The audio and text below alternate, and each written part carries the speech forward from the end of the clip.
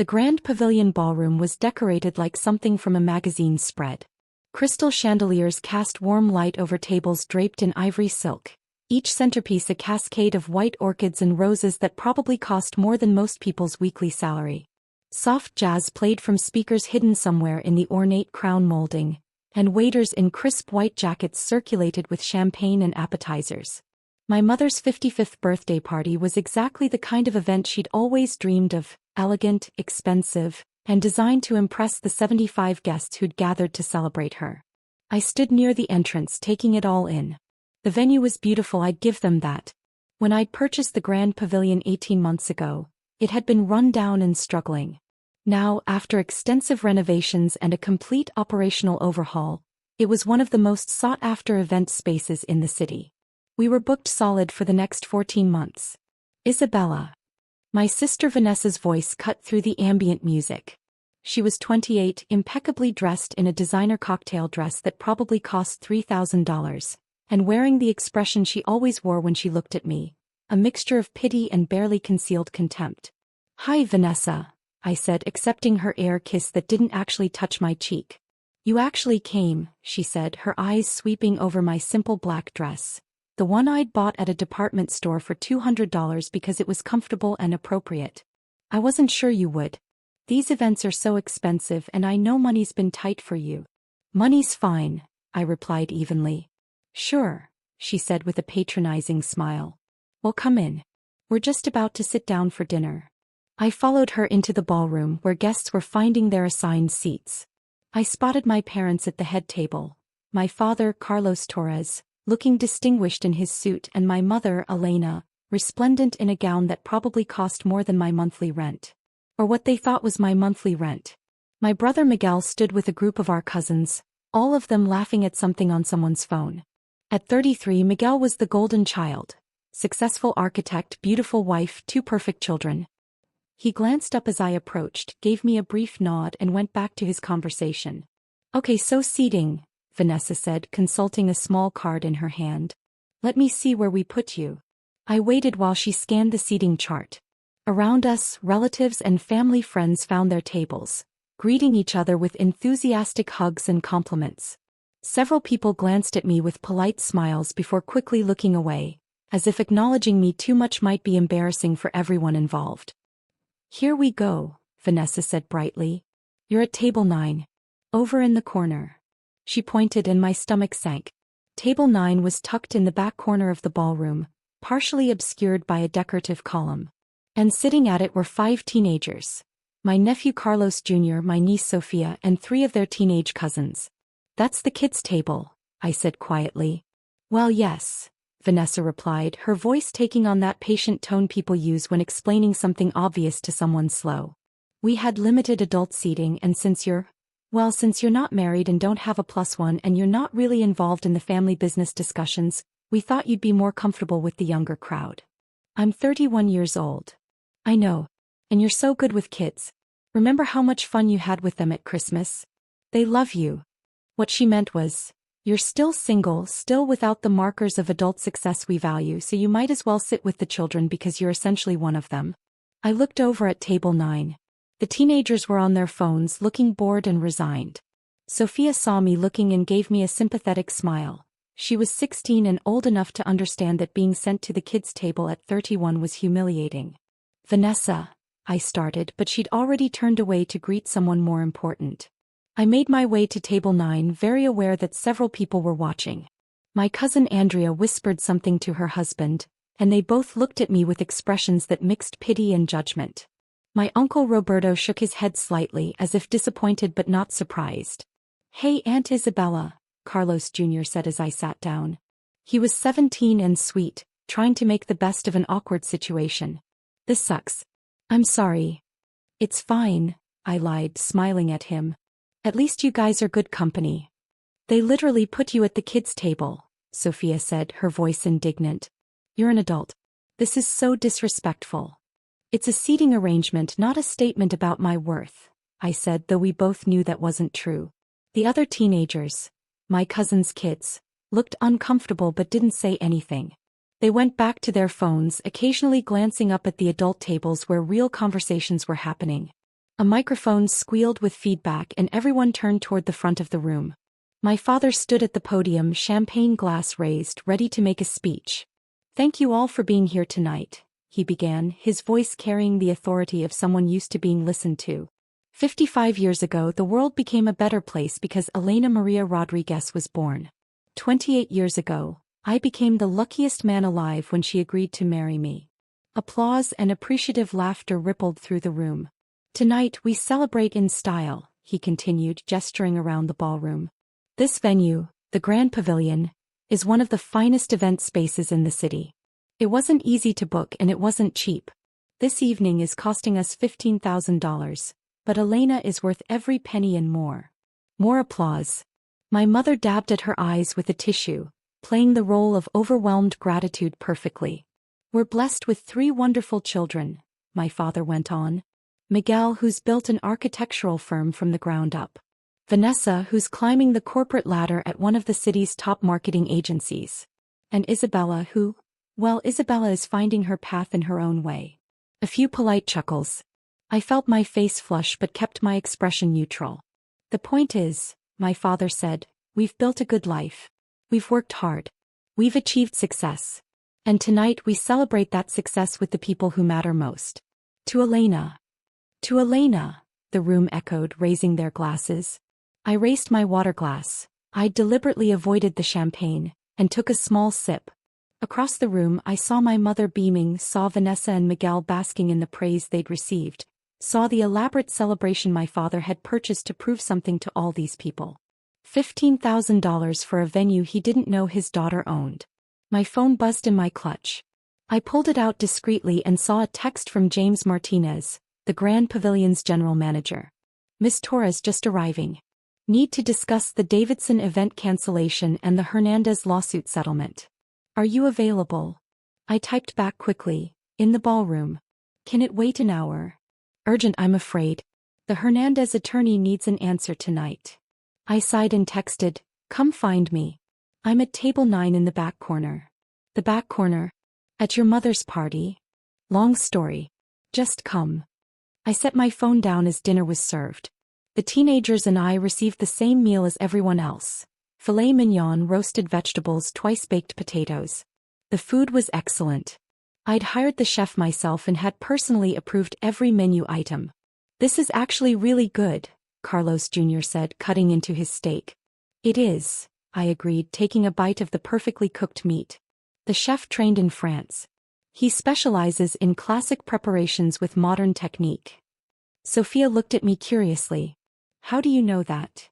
"I pay attention to good food," I replied, which wasn't a lie. Conversation at the adult tables was animated and loud. I caught fragments about business deals, real estate investments, upcoming vacations to Europe. My table, by contrast, was quiet except for the occasional comment about school or sports or which movie we wanted to see. I saw James enter the ballroom looking professional in his suit. He scanned the room, clearly looking for me. His eyes widened when he spotted me at the kids' table in the corner, but he recovered quickly and made his way over. "Miss Torres," he said quietly, stopping beside my chair. "I'm sorry to interrupt, but we have that urgent matter." "It's fine," I said, standing up. "Let's step into the hallway." But before I could move, my father's voice rang out from the podium. "James Martinez. Good to see you." My father was walking toward us, hand extended. "This venue is spectacular. You run a tight ship here. Everything has been perfect." James shook my father's hand politely. "Thank you, Mr. Torres. We're glad you're enjoying the evening." "15,000 well spent," my father said loudly enough for nearby tables to hear. "Worth every penny to celebrate my Elena in a place like this." "We appreciate your business," James said diplomatically. Then he turned back to me. "Miss Torres, about that matter." "Miss Torres," my father repeated, confused. He looked at James, then at me, then back at James. "You're here to see Isabella?" "Yes, sir," James replied, and I could see him trying to figure out how to handle this situation. "Miss Torres owns the Grand Pavilion. I work for her." The words dropped into the conversation like a stone into still water. My father's smile froze.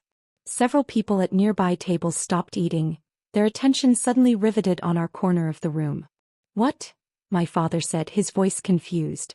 What do you mean she owns it? I mean Ms. Isabella Torres is the owner and CEO of Prestige Venues Group, James explained, his professionalism unwavering. The Grand Pavilion is part of her portfolio. I'm the general manager here, but she's my boss. The ballroom had gone progressively quieter as people caught on that something interesting was happening. Now it was nearly silent except for the soft jazz still playing from the speakers. Isabella.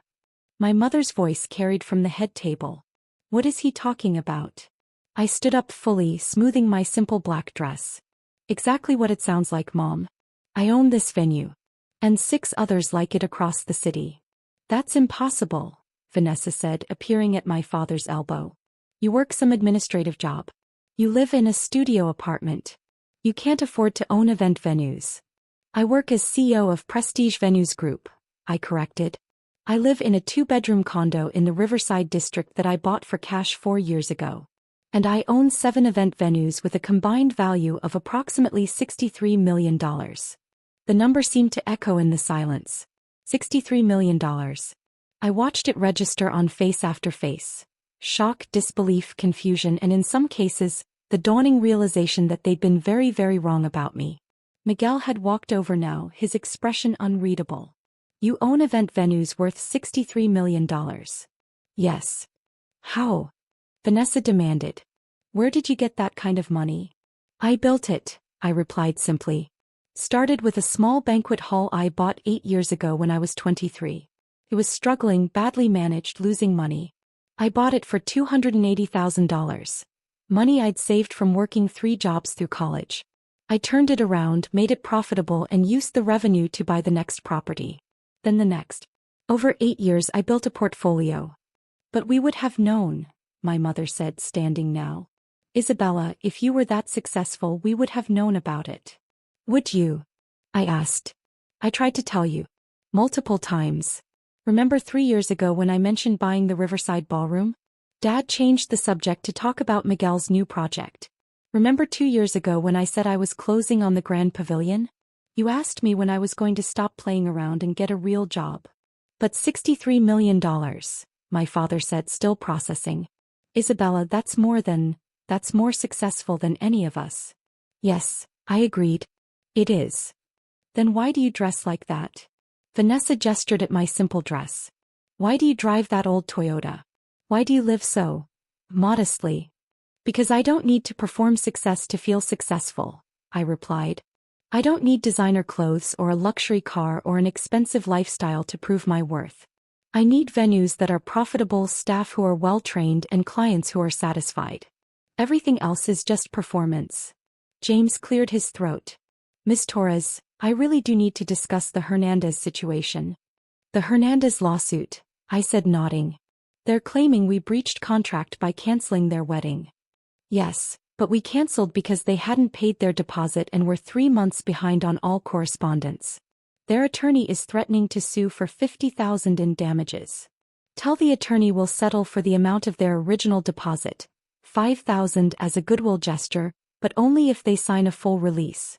If they want to go to court, we'll countersue for the damage they caused when they tried to break into the venue after their access was revoked. James smiled. That's exactly what I hoped you'd say. I'll call the attorney tonight. Wait, my father interrupted. You're conducting business? Right now? At your mother's birthday party. You announced that you paid $15,000 for this venue, I replied. I think we should clarify that situation. James, did Mr. Carlos Torres pay for tonight's event? James pulled out his tablet. Let me check.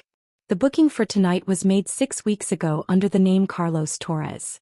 A deposit of $3,000 was required, balance due 2 weeks before the event. Looking at the account. He paused, scrolling. The deposit was paid. The balance of $12,000 is still outstanding. The silence was deafening now. Every single person in that ballroom was listening. Outstanding, my mother repeated weakly. What does that mean? It means he didn't pay the full amount, I explained. He paid the deposit but never paid the remaining $12,000. The event should have been canceled 2 weeks ago per our standard policy. But we're here, my father protested. The party is happening. Because I authorized it to proceed, I said. James flagged the non-payment issue and I told him to allow the event to continue. I wasn't going to cancel my mother's birthday party over unpaid bills. My father's face had gone from confused to pale. I was going to pay the rest.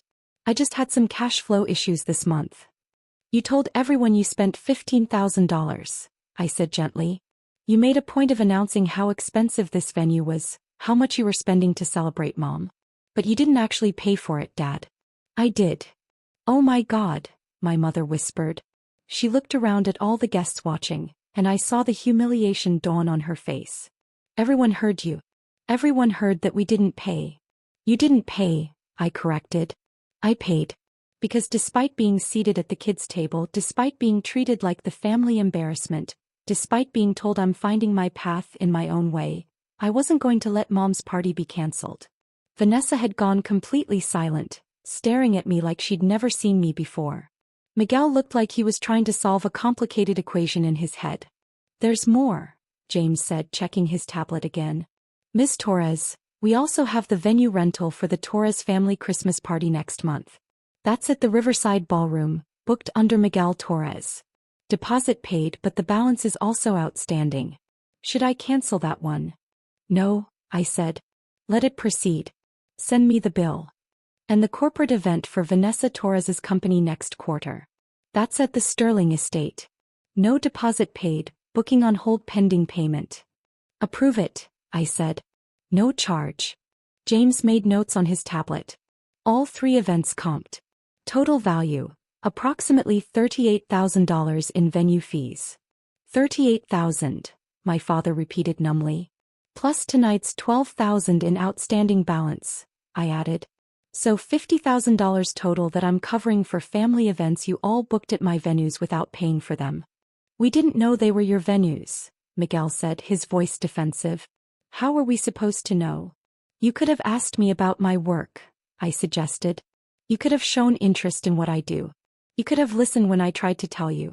But you decided I was unsuccessful based on my Toyota and my simple clothes, and nothing I said could penetrate that narrative. Miss Torres, James said quietly, I'm going to step out and handle that attorney call. I'll give you some privacy. Thank you, James, I said. After he left, I looked around the room at all the faces staring at me. Aunts, uncles, cousins, family friends. All of them had just witnessed this entire exchange. I think we should talk about this privately, my father said, his voice low. Why? I asked. You were perfectly comfortable announcing how much money you'd spent. Money you didn't actually spend in front of everyone. Why should the truth be private?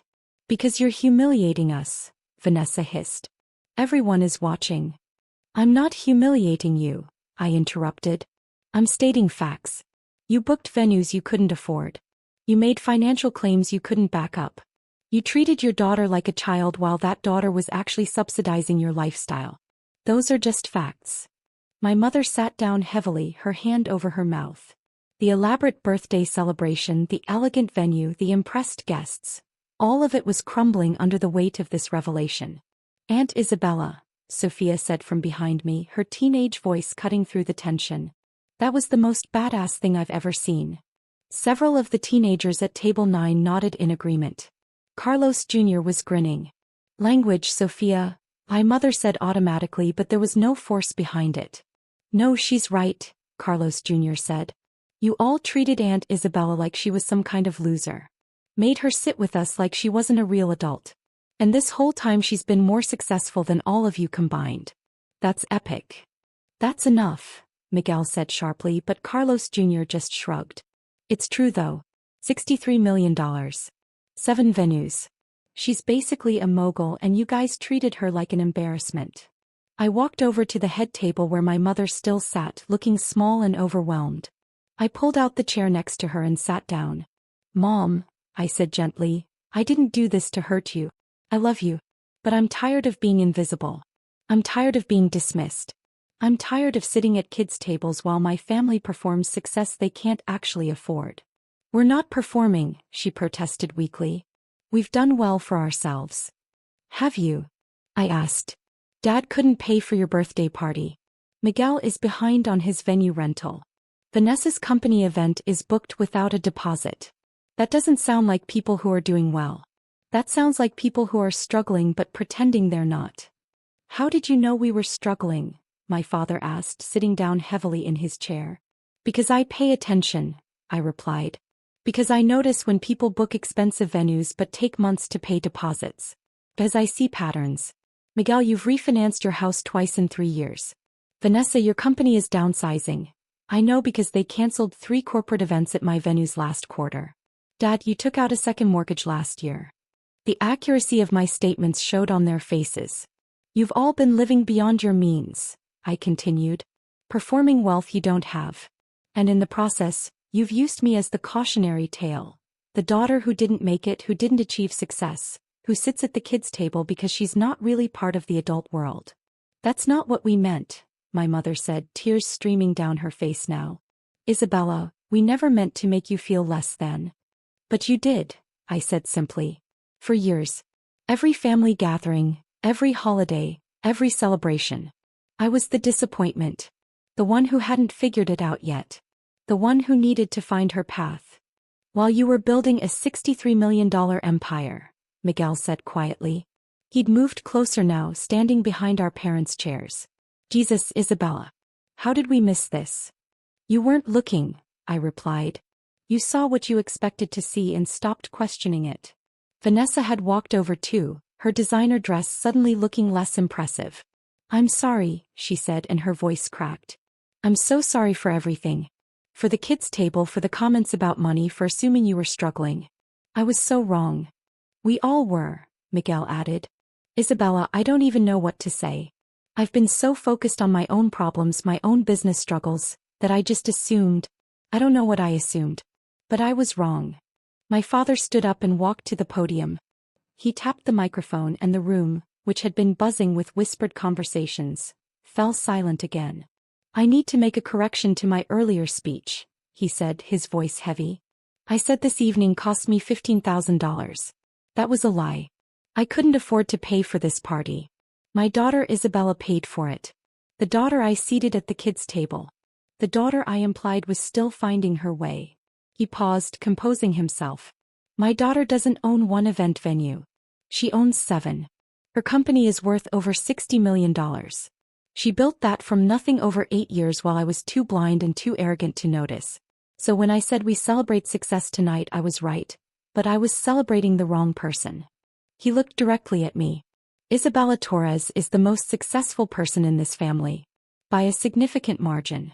And instead of honoring that, we humiliated her. I humiliated her. And I'm sorry. The apology hung in the air. Around the room, people didn't know where to look. This was not the elegant birthday celebration they'd expected. My mother stood up and walked to me. She took my hands in hers. I'm so proud of you, she said, her voice shaking. I should have said that years ago. I should have asked questions. I should have listened. I'm so proud of what you've built, and I'm so sorry I didn't see it. I tried to show you, I said, and now I was crying too. I tried so many times. I know, she whispered. I know you did. And I failed you. We all did. The ballroom had dissolved into smaller conversations now. Some people were leaving, probably uncomfortable with the raw family drama they'd just witnessed. Others stayed, talking quietly among themselves. Sophia and Carlos Jr. came over, still grinning. Can we sit at the adult table now? Sophia asked. Since apparently the most successful adult was sitting with us? Despite everything, I laughed. Come on, I said. Let's all sit together. We rearranged chairs at the head table, and suddenly my place was next to my mother instead of in the corner with the teenagers. Miguel, Vanessa, their spouses, and even the teenagers all squeezed in, creating one large, crowded, imperfect family table. James returned, hovering at the edge. Miss Torres, everything's handled. The Hernandez matter is settled. But I should mention, the birthday cake is about to be brought out. Should we proceed? Absolutely, I said. It's still Mom's birthday. He nodded and disappeared toward the kitchen. A moment later, servers emerged carrying a stunning 4-tier cake covered in white chocolate and fresh roses. They set it on the table in front of my mother as someone dimmed the lights. Make a wish, Mom, I said softly. She looked at me, tears still on her cheeks. I already got my wish. My daughter came back to us. The real one, not the version we invented. The cake was cut, champagne was poured, and slowly the party found its rhythm again. But it was different now. Quieter, more honest, less performative. My father pulled me aside as people began filtering toward the dance floor. Isabella, I need to ask you something. The financial struggles you mentioned, are we really in that much trouble? Yes, I said honestly. Dad, you're leveraged beyond what you can sustain. Miguel's firm is one bad quarter from bankruptcy. Vanessa's depending on a corporate job that's being phased out. You're all in debt, performing wealth you don't have. Can you help us? He asked, and the humility in his voice was something I'd never heard before. Yes, I replied. But not by just throwing money at the problem. We're going to sit down, all of us, and build real financial plans. Plans that are honest about what you can afford and what you can't. Plans that don't involve pretending to be wealthier than you are. I'd like that, he said. I'd really like that. As the party wound down, I stood with my mother on the ballroom's balcony, looking out over the city lights. This venue really is beautiful, she said.